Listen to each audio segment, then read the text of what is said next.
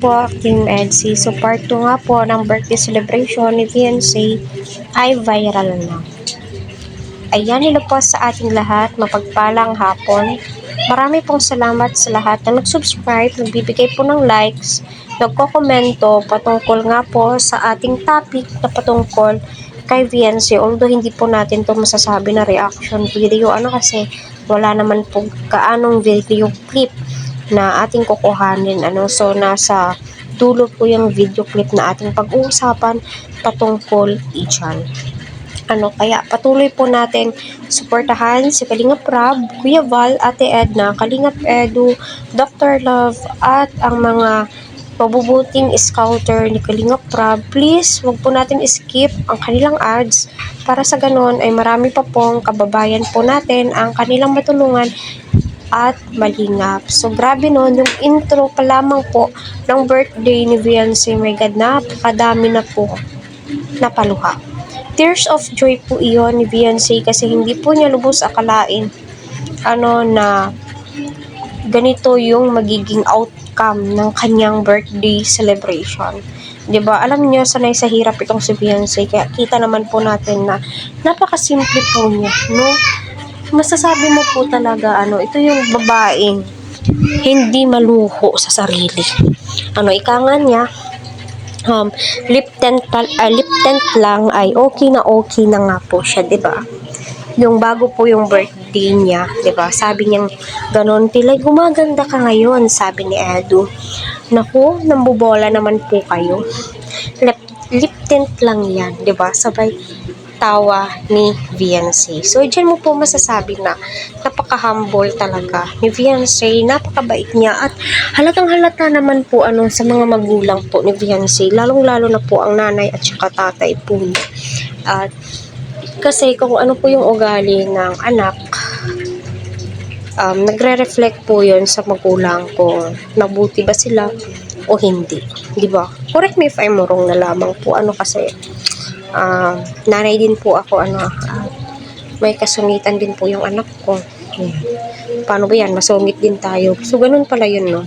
Pero ang magulang ni Fiancé, kita mo po talaga na napakabait po nila.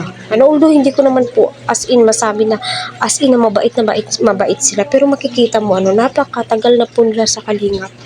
Why hindi po sila magbago, kasi mag-iisang taon na din po silang na-vlog ni Kalingap Rob this coming October. Tama ba ako? October ba? Correct me if I'm wrong na lamang po, kasi alam niyo naman, di naman po tayo perfecto, no? Tao lang po tayo, nagkakamali, diba? So, ayun nga po, viral na nga po yung part 2 ng birthday celebration ni Fiancé. Bakit nasabi ko viral na?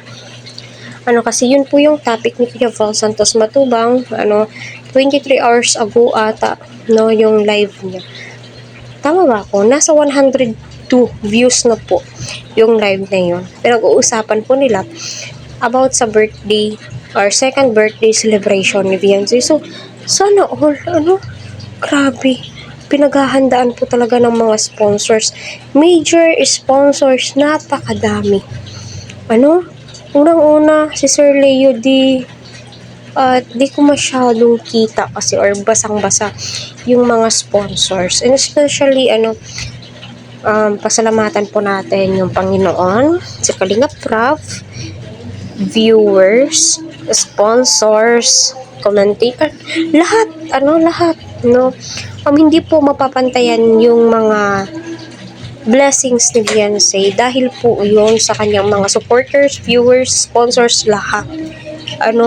Kaya kita naman po natin na kung ano man po yung natatamasa ni Fiancé, nakukuha po niyang, nag-share po siya ng blessings sa kanyang mga kapitbahay. Kita niyo yun, bago po siya nag-celebrate ng kanyang birthday or 17th birthday ay nagpakain pa po siya sa kanilang barangay. O, diba? Grabe na bata. Although, di na to bata. My God, bakit akong batang-bata? Kasi nga po, dalagang-dalaga na po si Fiancé. Lalong-lalo na po sa kanyang mga kilos. Matured si Fiancé kasi nga po, siya po yung panganay. Nahuhulog po na si Fiancé po yung breadwinner. So, napakaswerte po ni Fiancé.